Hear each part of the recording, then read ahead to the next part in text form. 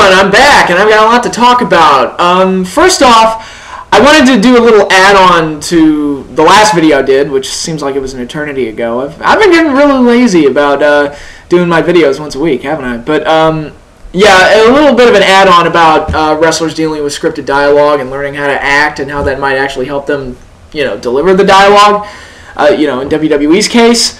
One of the things that I hate, and I know a lot of other fans hate, are the what chants.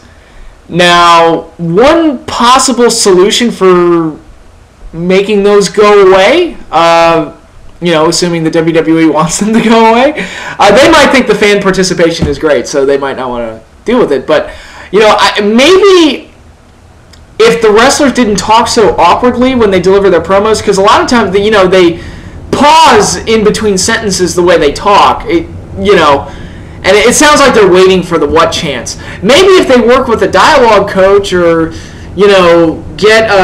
take an acting class and learn how to deliver the scripted dialogue, the what chants will go away because they'll learn how to speak normally.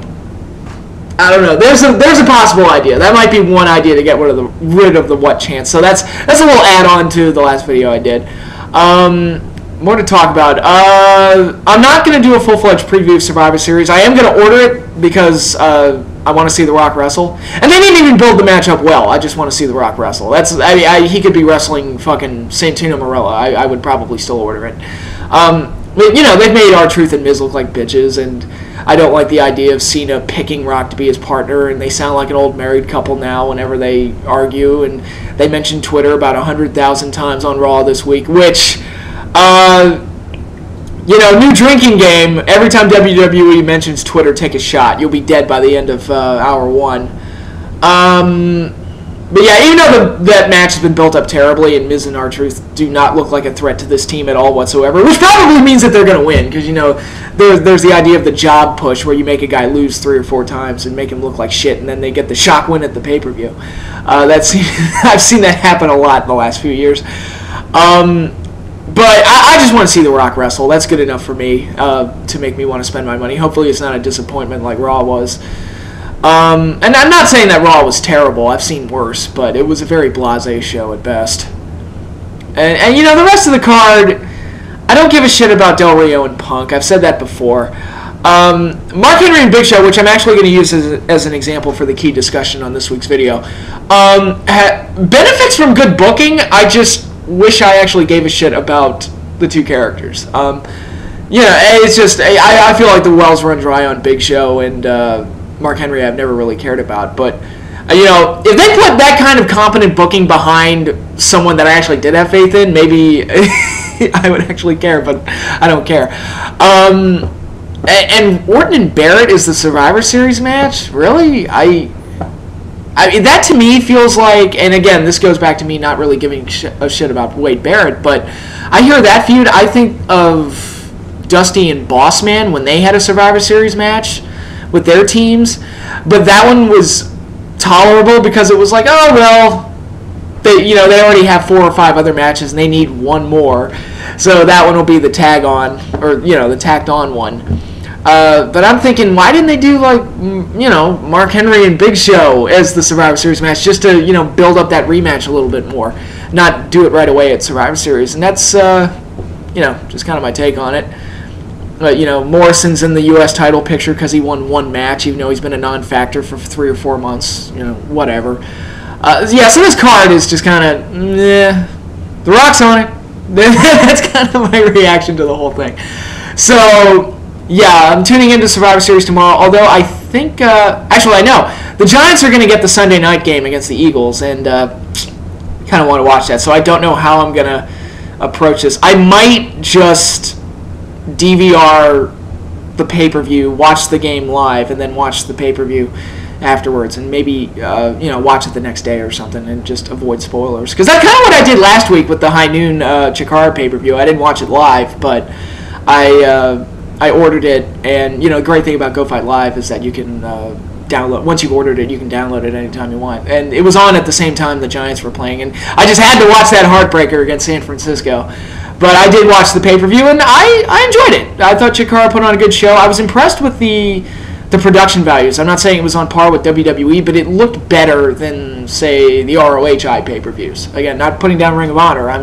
I was just, given my expectations, I was actually surprised at how well the show looked, given Chikara's status. So, yeah, kudos to them. I thought that was a good, enjoyable show. And I always kind of recommend checking out those pay-per-views because, they're worth the price of a meal. And if you're looking for something different when it comes to wrestling, go, check out one of those. They're not that cheap. I mean, they are cheap. They're not that expensive. Yeah, I can speak English. And, most of them are worth a look, I would say, if you're looking for something different. I didn't bother with Turning Point, to be perfectly honest. And again, I'm going to use AJ and Rude as an example for what I'm going to talk about today. One thing that really bothers me about WWE and TNA is that with this once-a-month pay-per-view format, it seems like they feel like they have to have a world title match at every single pay-per-view that they do. And in WWE's case, they have to have two because they have two world titles, which I'm completely against to begin with.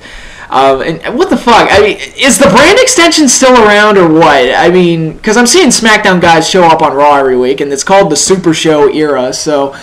I mean, what is there a brand extension, or is it just like some fabricated label that they expect us to buy? I don't know, but I don't like the idea of them having two world titles. But they feel like they have to have two world titles on every single pay-per-view, and I don't think they do. And in TNA's case, they rushed AJ and Rude to that pay-per-view on the go-home show, the last segment of the go-home show before Turning Point. They just tacked that match on there, and who cares? You tack that thing on at the last minute. Nobody's, going to get invested in it now because there's no build-up. And it's obvious that Rude and Storm, which I'll give them credit, like Rude and Storm, the rematch, seems like they're going to give that one a long build-up. I would hope. Build it up to either Lockdown or maybe even Slammiversary. Let that be the main event of their 10th anniversary pay-per-view. Just throwing ideas out there. But yeah, they just added that match on there because they felt like they needed to have a world title match. And in Survivor Series case, nobody gives a shit about Del Rio and Punk anyway. Whatever, that one could be on the card or not, I don't care. Mark Henry and Big Show, which has been booked better, I think they probably could have extended that feud a little bit. Like I said, let Henry and Big Show be the Survivor Series match with the stipulation that if Big Show's team wins, Big Show gets the title shot. Because I thought they were going to do something where Henry would avoid Big Show and not want to face him again after they blew the ring up at the last pay-per-view. And then Teddy Long just came out and said, "Oh no, player, you won't defend the belt against Big Show." I'm like, wow, that was an easy obstacle for Big Show to overcome. He didn't even have to win a match. But find ways to extend feuds instead of just doing back-to-back rematches all the time or just rushing a build-up to a pay-per-view just for the sake of having a world title match on a pay-per-view, because I think it's unnecessary. And if you look at Survivor Series, I think Rock being in the main event, because that should close the show, I would think. I mean, what, is Del Rio and Punk going to be a believable main event? I don't think so. And I don't think Big Show and Mark Henry can follow that either. So just let The Rock close. Nothing's going to follow his energy anyway. So why even bother having two world title matches that aren't, It kind of deludes the idea that the world titles are special if you do them at every single pay-per-view and just do these 1 month rushed build-ups just for the sake of having one at the pay-per-view. I mean, look at Del Rio and Punk. That feud is so formulaic and so by the books. I could, if that feud were John Cena and The Miz for the title, it would be exactly the same. There's no difference at all whatsoever. It's just the same typical BS that they do all the time. And I wish both companies would find ways to make their world title matches seem more special. And I think one way to do that is you don't have to do as many, even on pay-per-view. I think there are ways that you can sell a grudge match as a pay-per-view main event, sell a special attraction as a pay-per-view main event. Or if you actually put any kind of thought and effort into it.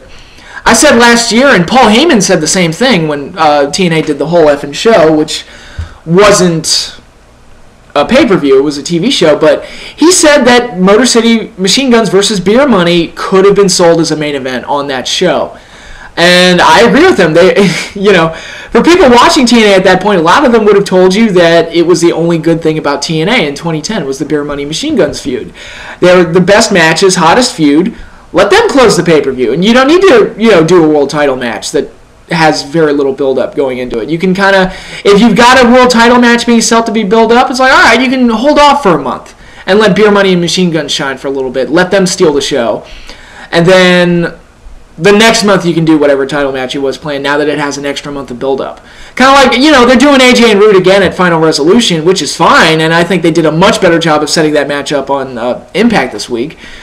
Actually, some of the main event stuff that they're doing with AJ, Roode, Storm, and Angle, I thought came off really well. There are a lot of other problems with the show, but that main angle, or intertwined angles they have going right now, I think is really good. And that opening segment was actually some of the best television TNA's produced in a while. So, yeah.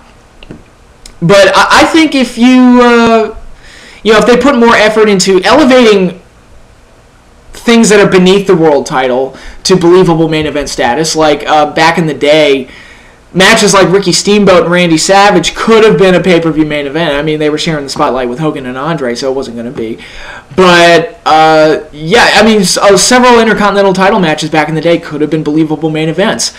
Unbreakable, TNA, the X Division 3-Way was a main event. There was no need to have a world title match on that pay-per-view at all. What was the world title match? I don't even remember. I know Raven was champion, so it might have been like either Jarrett or Rhino he was facing. I don't remember, but nobody cared about whatever the world title match was because the big attraction was the 3-way. Not that, TNA wasn't on TV at that point anyway, so, but, you know what I'm saying. They could have not had a world title match on that pay-per-view and nobody would have noticed. And I think there are certain ways to kind of space out the build-ups for their matches, and elevate other things on the card. And I'm all for having strong cards and having a complete looking show, but I think a lot of cases, especially when they do the back-to-back rematches all the time, a lot of pay-per-views wind up looking the same, like 3 or 4 months in a row. Same main events, same grudge matches going on, and some different gimmick added to each one, but all the cards look almost identical. And I think you could vary it up a little bit, like if you have a mid-card title match at one pay-per-view, you could do like contenders matches at the next one, or I don't know, I'm just spitballing, throwing ideas out there. Chris Benoit and Booker T in WCW, I'm going to use another WCW example in a minute, but when they had their Best of 7 series, that feud was over, and nobody remembers this except for the handful that lived it, not the handful, but the people that lived through that Monday Night Wars period remember this. That Best of 7 series was over who would get to face Fit Finlay for the TV title. That's what 7 matches just to decide who gets to fight for the 3rd-tier belt. That makes that 3rd-tier belt look very important after that series of matches is done. And they were able to get a couple of matches, between Booker and Benoit just out of that on pay-per-view. I think at least one of them was a pay-per-view match without having to do the TV title match right away. They were able to build up a TV title match while doing this Best of 7 series in the process. So there are ways to, extend things and make things seem more special than they typically are now. I mean, IC title matches on pay-per-view, nobody gives a shit. U.S. title matches on pay-per-view now, nobody gives a shit. X Division title, nobody really gives a shit. Tag title, TNA has no tag division right now. I mean, Crimson and Matt Morgan might be their best options. So WWE and TNA really should look into building back up their undercard acts and maybe try and sell them as bigger than what they have been, to the point that you could let one of those things main event a pay-per-view once in a while just to, give the world title time to breathe. Again, going back to WCW, back in '97, Hogan did not defend the title much at all. He had the match with Luger on Nitro, and he had Starrcade '97 against Sting. I'm sure he had a couple of others, but they were spaced out, and he did not defend the title all the time, and people hated him for it. I was on the net back then. People bitched about it left and right, said Hogan's lazy, he doesn't want to work, blah, blah, blah, blah, blah.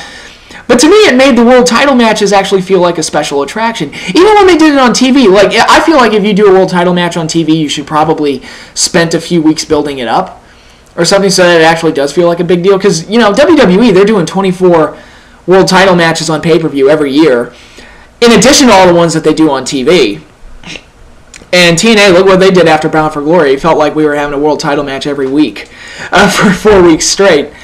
So, they don't even build up the matches that are done for free on TV. They just kind of feel like throwaways most of the time. And it really makes the world title feel less special because of it, because I'm seeing it all the time. And if I see one match for the first time on pay-per-view, chances are I'm going to see it about 6 or 7 more times, either on free TV or, that'll be the next 2 or 3 pay-per-view main events, only with some kind of different gimmick.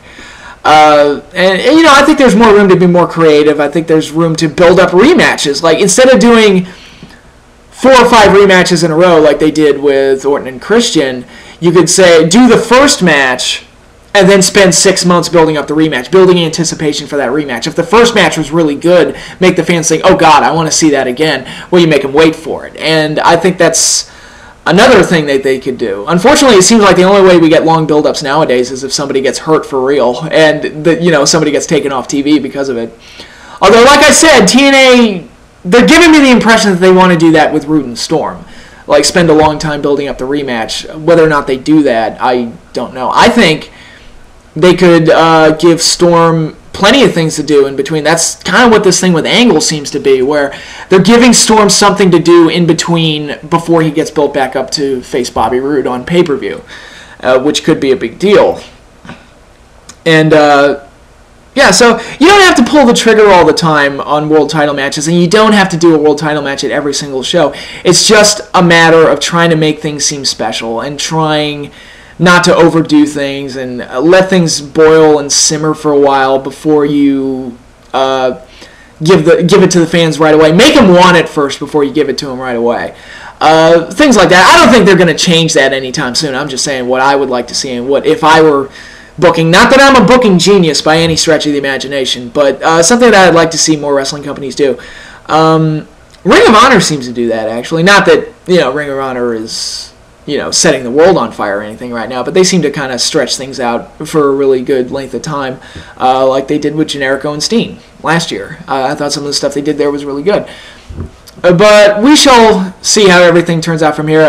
If you're ordering Survivor Series like me, hope you enjoy it. I'm going to post a review either Tuesday or Wednesday, because I don't know what my weekend's going to look like, what with Thanksgiving coming up. And I hope everybody has a happy Thanksgiving as well. I love that holiday. Great food. And I'll see you all then.